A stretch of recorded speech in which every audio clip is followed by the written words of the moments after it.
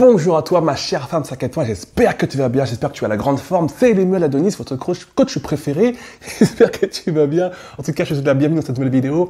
On va parler ensemble du mot à répondre à une question que je trouve intéressante. Lorsqu'on parle, que je parle beaucoup d'amour sur cette chaîne YouTube, mais j'aimerais me le préciser avant toute chose, pour pouvoir être la plus épanouie possible dans vos relations amoureuses. Vous devez déjà avant tout être épanoui avec vous-même. C'est la base de la base. C'est très difficile d'être une femme épanouie en amour si sa vie, c'est de la merde. Si on n'a pas confiance en soi, si on a une mauvaise estime de soi, si on se sent petit, bref, ça va forcément te poser dans des relations que j'appelle credonnées. Donc, on va parler dans cette vidéo de comment on fait. Comment on fait 4 conseils, 5 conseils même, pour pouvoir activer ce que moi j'appelle votre puissance féminine. En gros, une femme qui a une réelle puissance féminine en elle, c'est une femme qui a confiance en elle et qui envoie du lourd. Souvent le genre de femme que vous fantasmez un peu à distance, que vous jalousez même peut-être parfois, malheureusement. Mais avant qu'on rentre dans le vif du sujet, eh bien, je t'invite, si ce n'est pas encore le cas, à t'abonner à cette chaîne YouTube, si ce n'est pas encore fait, et à mettre un petit pouce en l'air à cette vidéo. Ça me motive, ça me donne envie de continuer et bien d'entretenir cette chaîne YouTube. Et le plus important pour toi, si tu ne l'as pas encore fait, si tu ne sais pas encore, eh bien, c'est de t'abonner à ma chaîne, à ma newsletter privée, ça se passe sur cette vidéo. C'est une newsletter qui est gratuite, mais privée, dans laquelle je t'envoie toutes les semaines des vidéos qui parlent d'estime de soi, de connaissance de soi, de puissance féminine. En gros, comment on fait pour reprendre le contrôle de sa vie affective, et en règle générale, comment on fait du coup pour reprendre le contrôle de sa vie globale, ni plus ni moins. La newsletter est gratuite, mais privée. Je t'envoie la vidéo dans quelques jours. Inscris-toi, t'as pas envie de louper la prochaine vidéo. Alors, comment on fait du coup pour activer sa puissance féminine? J'ai pris le temps de noter sur mon ordinateur portable à côté quelques conseils et quelques clés qui sont selon moi la base d'une femme qui a confiance en elle, d'une femme qui brille, d'une femme qui a la classe, d'une femme qui respire. Vous savez, ce type de femme, vous les sentez lorsqu'elles rentrent dans une pièce, elles envoient du lourd. Ces femmes qui parlent très très peu, mais lorsqu'elles parlent, tout le monde là, oh, elle envoie du lourd également. Hommes comme femmes sont attirés vers ce type de femme.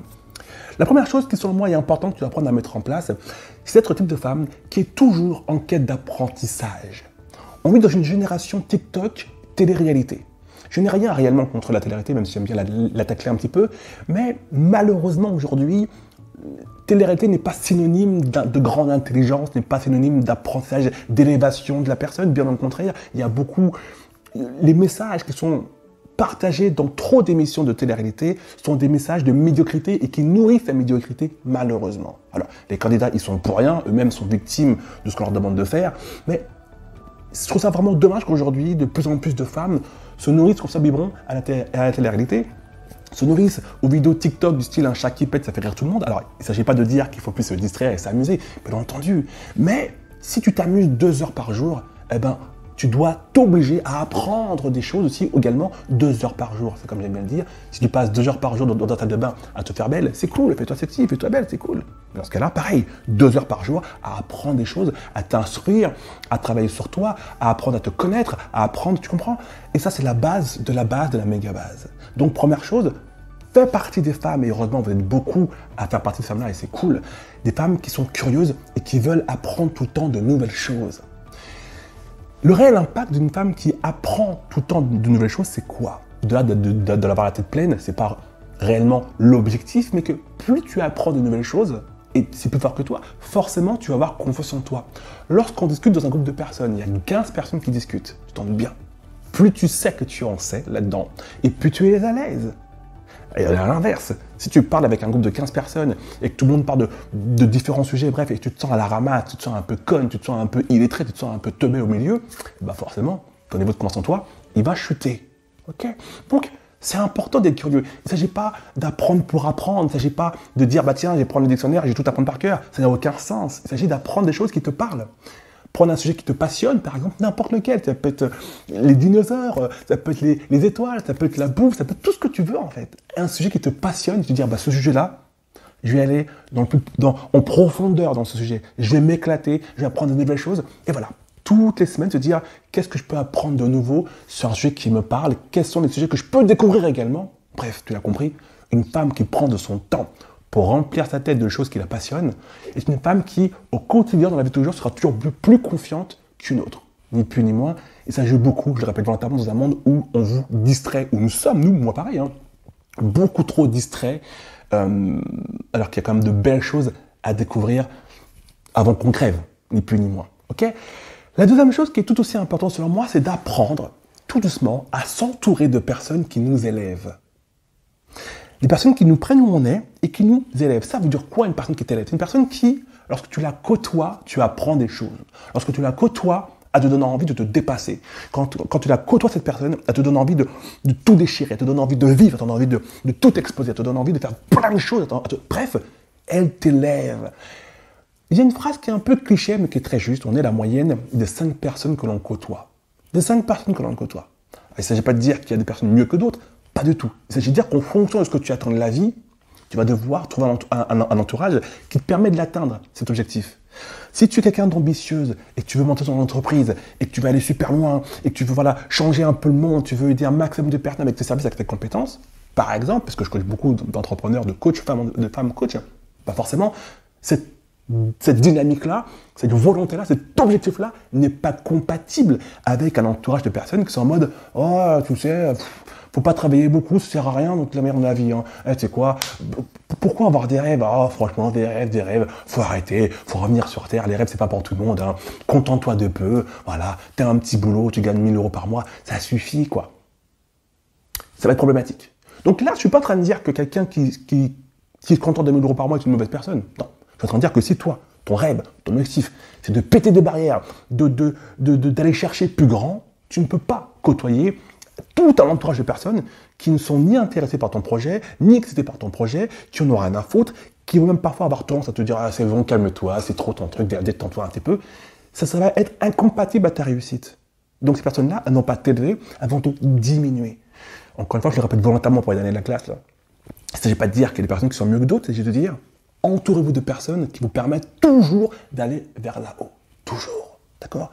Maintenant, souvent j'entends des personnes qui disent « Mais oui, mais si on a des amis qui sont là, moi j'entreprends, et j'ai des copines qui en ont rien à foutre d'entreprendre, ils en ont rien à foutre de gagner beaucoup d'argent, ils en ont rien à foutre d'avoir un impact dans le monde. Alors comment on fait? Parce que je les aime, ces personnes-là, ce sont mes amis. » Ben évidemment, tu ne vas pas mettre ces amis-là à la poubelle, ce sont tes amis, donc ils ont de la valeur à tes yeux, ils sont précieux, on les garde nos amis. Mais on garde des amis qui en valent la peine, qui sont précieux, qui ont de la valeur, qui sont loyaux, bien entendu. Mais tout aussi important, à côté, crée-toi aussi un autre noyau de personnes qui vont te stimuler, qui vont te donner envie de tout déchirer. C'est ce qu'on appelle souvent dans le business des masterminds, c'est-à-dire des groupes de personnes dans lesquels on peut parler dans le même monde, dans la même bulle, des mêmes idées.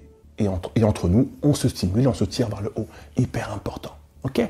Le troisième point qui est tout aussi important, quand on veut être une femme qui a confiance en elle et qui s'impose et qui clairement prend sa place de femme dans ce monde, forcément, voilà, c'est d'apprendre à se connaître.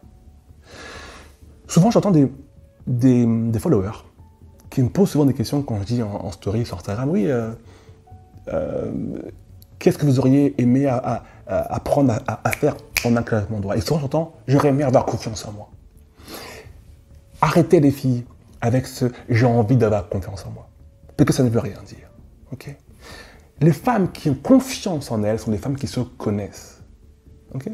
Donc tu as compris, ton premier objectif, ce ne doit pas être d'avoir confiance en toi, c'est de te connaître, d'apprendre à te connaître. Pourquoi? Parce qu'une femme qui se connaît pour de vrai, okay, c'est une femme qui connaît donc ses valeurs, qui sait pourquoi elle est grande, elle sait pourquoi elle est puissante, elle sait qu'est-ce qui la rend unique, elle sait pourquoi elle est extraordinaire, bref. Elle connaît autant ses qualités, mais ses défauts aussi. Elle connaît ses failles. Elle connaît là où elle est plus vulnérable. Et c'est quoi l'intérêt de connaître ses failles? Pouvoir travailler dessus. C'est quoi l'intérêt de savoir dans quel domaine on est vulnérable? Pouvoir travailler dessus. Okay. Donc tu l'as compris, le type de femmes, ou d'hommes également, mais qui sont des individus qui ont une très forte estime d'eux-mêmes, des personnes qui se sentent à l'aise au quotidien, qui prennent leur place dans ce monde, sont des personnes qui se connaissent. Donc quand une personne te dit j'aimerais avoir confiance en moi, dis-lui non, apprends à te connaître et tu auras confiance en toi. Forcément. Okay. La connaissance de soi, elle est sous-estimée parce que c'est moins sexy à entendre que confiance en soi. Mais quand on réfléchit bien, la confiance en soi, c'est un mélange de plein d'éléments, mais en soi ça ne veut rien dire. C'est pas concret. Je veux avoir confiance en moi. Mais en faisant quoi? Quand tu fais du tennis, quand tu fais caca, quand tu fais l'amour, quand tu fais la vaisselle, et quand tu fais quoi la confiance? Par contre, je veux me connaître, je veux apprendre à savoir qui je suis. Ok, là rendre du concret, là ça a du sens. Et là du coup on sait quoi faire concrètement pour changer les choses. Ok, donc les filles, soyez des femmes qui apprennent à se connaître. Dans mon programme Connaissance de soi, justement, j'en parle en long, en large, en travers. Je te prends la main étape par étape pour t'apprendre à te connaître. Et tu as compris, on ne peut pas être une femme brillante, se sentir extraordinaire si on ne sait pas ce qu'on vaut, si on ne se connaît pas, ni plus ni moins. Okay. Ensuite, un autre point qui est tout aussi important, dans un monde où on est parfois écrasé par des personnes qui, au fort tempérament, hein, j'appelle les grandes gueules, j'ai été aide-soignant pendant très longtemps, donc j'étais entouré de femmes, 50 ans, frustrées, mal dans leur peau, mais qui au travail avaient compris une chose, que si elles parlaient fort, elles feraient peur aux autres, alors du coup elles en ont usé à fond la caisse. C'est important toi en tant que femme, si tu n'es pas ce type de femme grande gueule, donc si tu es une grande gueule, ferme-la un petit peu, réduis un peu ton niveau de décibels, mais si ce n'était pas ton cas, eh bien apprends à te faire respecter en osant donner ton avis dans des espaces de groupe et en apprenant également à dire non. Et j'aime bien dire, quand je parle d'oser donner son avis, oser dire non, ça veut dire en fait, en une phrase simple, note-moi bien ce que je vais dire dans 2 secondes, n'ayez pas peur du conflit. Le conflit ne tue pas. Et le conflit n'a jamais tué personne. Hormis les conflits de guerre, tu t'en doutes bien, les conflits sociaux entre individus, c'est de cette manière, seulement de cette manière qu'on peut imposer le respect aux yeux des autres. Lorsque dans un groupe, tout le monde dit et tu viens, tu fais bah oui, alors, bah, tu n'imposes rien du tout, surtout si tu penses B. Ok. Donc, n'ayez pas peur les filles de faire partie de ces femmes qui donnent leur avis au quotidien et qui disent non lorsqu'il s'agit de dire non, lorsque vous pensez non. Pourquoi? Dire non dans un groupe, tu as compris, ça impose le respect aux yeux des autres. C'est bien. Mais tu as compris, c'est tout aussi important d'imposer le respect à tes propres yeux. Que toi-même, lorsque tu te vois, tu dises ouais, lourd. Que toi-même, lorsque tu te vois, tu puisses te dire lourd. Et pour ça, il faut que tu saches que tu es capable de dire non quand tu as envie de dire non. Combien de fois est-ce que c'était déjà arrivé d'avoir voulu dire non un jour et de dire oui? Et après de dire putain, j'ai arrêté de dire non, j'ai pas de couilles, non, je suis vraiment une merdique. Tu vois. Tu t'en veux d'avoir dit oui parce que tu voulais dire non. À ce moment précis, tu sais ce qui se passe dans ta tête. Tu es en train de dire à tout ton être, on est merdique. Tu es en train de dire à tout ton corps, on ne vaut rien. Voilà ce que tu dis à ton corps, à tout ton être, lorsque tu vas vouloir dire non et que tu as dit oui. Donc soyez en accord avec qui vous êtes. Quand tu veux dire non, dis non et surtout, n'ayez pas peur du conflit. Le conflit ne fait pas mal, le conflit impose le respect et nous permet à nous de nous sentir mieux dans notre corps, ni plus ni moins. Ok ? Un autre point également que j'aime beaucoup, que je trouve qu'on n'en parle pas suffisamment, les femmes charismatiques, les vraies femmes charismatiques, les femmes qui envoient du lourd, les femmes qui, même moi, quand j'écoute ça, je fais putain, là, on voit vraiment du steak, là, nana. Ce sont des femmes qui ne parlent pas pour ne rien dire. On est entouré de personnes, dans le monde dans lequel on vit, et ça va aller en s'aggravant, qui piapiatent dans tous les sens. Et malheureusement, surtout dans le monde du travail, dans le monde du salarié en tout cas, plus les gens parlent, et de préférence fort, et plus on a l'impression qu'ils sont intéressants et importants. Si tu prends le temps des fois d'analyser en fait les grandes gueules qui parlent là, ben, oui, tu as compris, je leur reviens un peu aux grandes gueules. Tu prends le temps d'analyser ce qu'elles disent. Et tu vas te rendre compte que retire tes émotions de « Oh putain, elle parle fort, elle a la classe. » Non. Ok, elle parle fort, mais qu'est-ce qu'elle raconte en fait? Et tu vas te surprendre à prendre conscience que par moment, ces grandes gueules qui font beaucoup de bruit pour rien, parlent pour ne rien dire et brassent un peu de l'air. Tu comprends? Et c'est important de comprendre qu'il n'est pas là le charisme. Et c'est pareil pour vous les gars. Le charisme n'est pas dans la manière de parler, je parle fort, je fais des grands gestes. Pas forcément. Il y a des personnes qui font des grands gestes, qui parlent fort et qui ont du charisme. Mais ce n'est pas nécessaire, toi, si par exemple tu es une femme introvertie, de te dire « Ah, mais je ne serai jamais charismatique parce que je suis introvertie. » Non, tu peux être une femme posée, calme, réfléchie et qui parle au bon moment pour des choses pertinentes, pour des choses utiles, pour des choses intéressantes. Tu l'as compris, je précise, hein, je ne suis pas en train de dire que du coup, quand tu parles, il faut que tu dises que des choses pertinentes, que des choses intéressantes. J'espère que c'est pas ce que tu as compris. Sinon, merde alors, ok? Tu as compris? Il s'agit de dire que lorsque tu n'as rien à dire, ne dis rien.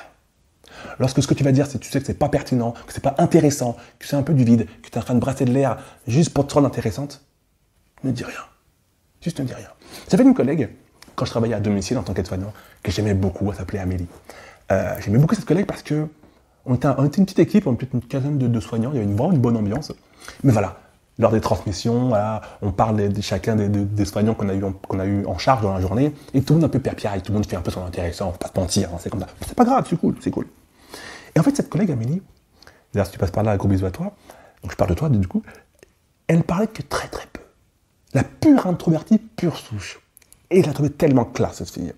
Elle parlait très très peu. Et quand on parlait un peu des familles, quand il y avait des trucs qui n'allaient pas, blabla, tout le monde fait un peu son petit chef, tout le monde veut un peu ramener sa sauce, tout le monde veut être la personne qui va apporter la bonne idée. Et elle, en fait, Amélie, elle était comme ça, elle parlait pas, elle écoutait, tout le monde sortait un peu sa sauce. Et j'adorais ce moment où je sentais qu'elle allait parler. Elle sortait une toute petite phrase, mais qui résumait avec une véracité extraordinaire la situation. Elle a sorti 8 mots de sa bouche.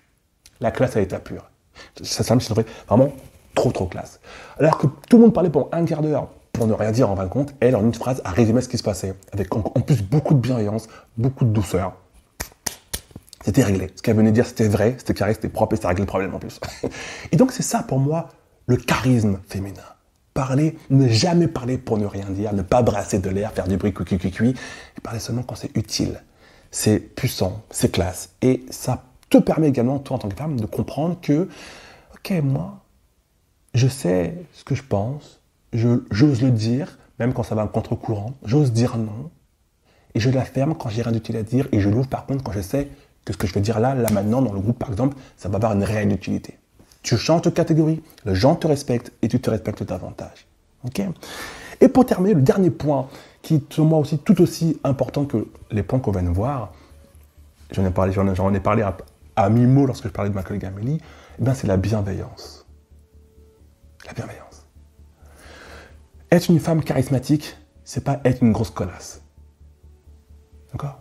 La connasse, par défaut, c'est une pauvre fille ou un pauvre mec, si c'est un connard, mal dans sa peau, triste, malheureux, et qui croit que pour exister, il a besoin de rabaisser les autres. Généralement, ce sont des pauvres gens, en fait, ni plus ni moins. Ça se voit pas, c'est pas flagrant. Et quand tu prends le temps d'observer, tu te rends compte que c'est des pauvres types, ou des pauvres meufs, des pauvres femmes, clairement. Donc, soyez des femmes bienveillantes, donc attentives aux autres et bienveillantes. Attentives dans quel contexte ? Attentives lorsque vous êtes entouré de personnes, un groupe de personnes, et que vous voyez dans le groupe de personnes qu'il y a des personnes qui ne sont pas très à l'aise, qui sont un peu intimidées, qui sont... Mettez-les à l'aise. Et donc ça demande d'être attentif, pas seulement à son petit nombril, mais aux autres, de voir qui est dans le besoin, qui a besoin d'aide, qui a besoin d'être conseillé, qui a besoin qu'on lui remonte le moral, bref, d'être attentif aux autres et de mêler ceci à de la bienveillance, à de la gentillesse. Je crois que c'est Ken Reeves qui disait qu'une personne, je vais peut-être transformer ce qu'il disait, mais en gros, il parle beaucoup de bienveillance, cet acteur, et il lui dit voilà, que la bienveillance n'est pas un défaut, n'est pas une faiblesse, et c'est tellement vrai. Alors bien évidemment, malheureusement, on vit dans un monde où la bienveillance est un peu vue comme de la faiblesse, ni plus ni moins. Parce qu'on a l'impression que être fort, c'est être méchant, tu vois, on sort l'épée, on tue tout le monde, oh quelle force, quelle puissance. Et malheureusement, les gens faibles aussi ont tendance à voir les personnes malveillantes, qu'elles considèrent au-dessus d'elles, comme des personnes puissantes. Non, la bienveillance, c'est extrêmement puissant. Parce que selon moi, à mes yeux, il n'y a rien de plus extraordinaire qu'une femme qui est charismatique, qui ne parle pas pour ne rien dire, qui est constamment en train d'apprendre de nouvelles choses, qui sont autour de personnes également qui l'élèvent, une personne qui n'ose pas, qui ose dire non quand elle veut dire non, une personne qui donne son point de vue, et qui fait tout ça, donc déjà c'est de la méga classe, mais qui en plus est gentille. Putain de merde, la fucking méga classe, la gentillesse. Okay, parce que si tu tout ce que je viens de dire, mais tu es une grosse connasse à côté, bon bah poubelle, on jette tout au shot quoi. Quel gâchis. Mais très souvent, ces femmes qui sont observatrices, qui sont patientes, qui ne parlent pas pour ne rien dire, qui sont dans cette volonté de s'améliorer constamment, sont souvent des personnes qui, pas parfaites, elles ne sont pas parfaites ces femmes-là. Mais lorsqu'on est, pour mes conseils, dans la volonté de toujours apprendre, de toujours s'améliorer, même si on a été une connasse, dans le passé, on s'améliore, on change. Pourquoi ? Parce qu'on se rend compte qu'on sera beaucoup plus heureux en étant gentil, en étant bienveillant. Ok ? Donc tu vois que dans les conseils que je viens de te proposer, il y a de tout, il y a des conseils qui te demandent de passer à l'action, mais également des conseils qui te demandent de réfléchir autrement, de voir autrement, des conseils qui te demandent d'oser, ni plus ni moins. D'accord ? J'espère que cette vidéo t'a plu. Elle a été un peu longue, presque 20 minutes, mais bon, pour moi c'était important de présenter ces points dans cette vidéo YouTube. Si ce n'est pas encore le cas, eh bien, je t'invite à la liker cette vidéo si elle t'a aidé, ça t'a permis de comprendre un peu plus comment tu devais fonctionner à partir de maintenant. Mais moi, un petit push, j'ai déjà dit, abonne-toi à la chaîne YouTube, et le plus important pour toi, j'ai dit en introduction déjà, eh bien abonne-toi à la newsletter privée. Gratuite, mais privée, ça se passe sous cette vidéo. Tu t'inscris dès maintenant et je t'envoie donc en la semaine la toute première vidéo de la newsletter. Tu vas l'adorer, c'est une vidéo qui va te permettre clairement de reprendre le contrôle de ta vie affective et redonner un sens pétillant, coléré à ta vie. Si tu en as assez de perdre du temps dans des relations amoureuses de merde, si tu en as assez de ne pas avoir confiance en toi, si tu en as assez de tourner en rond dans ta vie, tu veux un peu, voilà, reprendre le contrôle, ni plus ni moins, j'aime bien dire, reprendre le contrôle du navire, hein, du bateau, et bien cette newsletter privée mais gratuite, elle est pour toi, tu ne peux pas passer à côté, tu vas adorer les vidéos que je vais t'envoyer par mail. Je te retrouve de l'autre côté, à tout de suite.